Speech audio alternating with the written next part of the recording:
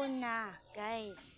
Ayan, pasilip natin, guys. Pupunta tayo ngayon sa kambingan. Pero pasilip muna natin. Ayan, nakapagbakod na tayo pababa. Complete na. Papunta naman dun sa kabilang lines naman tayo sa sunod na Sabado. Kasi every Sabado at Linggo lang tayo pwede maggagayan. Dahil lang pwede tayo matulungan ng aking asawa. Kasi Martes hanggang Biyernes na mamasada siya. Nagtatricycle para naman may panggastos tayo, guys. Ayan nga po pala mga alaga namin kambing, nandyan na lahat sila.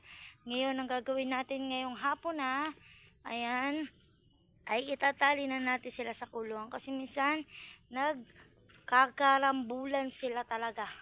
As in, maririnig mo, magkakaiyakan yung batang kambing. Talagang silang nag-aaway. Kaya kailangan ay itali natin, guys, sila. Lahat, itatali natin. Walang hindi dapat hindi itatali. Lahat itatali. Ayan. Ayan, hapon na kaya kailangan na natin mag-utay na magtali. Ayan, mga nakaano sila kasi may siga sa daan. Ayan, pag gayaan, guys, ay alam na, hindi makakapasok yung mga maliliit. Ayan, andyan lang sila sa labas kasi may siga. O, ayun, nakagaya na, may nasa loob. O. May siga na talagang, ayan, ang daming lamok. Ito na naman po ang ayaw natin.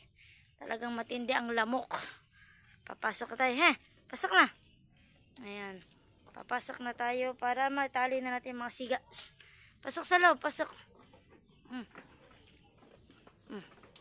Christopher!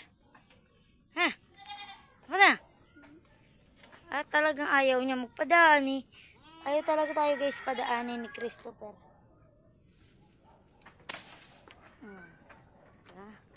Hindi niya magpapadaan eh. Pag hindi sinindak eh, talagang hindi sila magpapadaan na yan.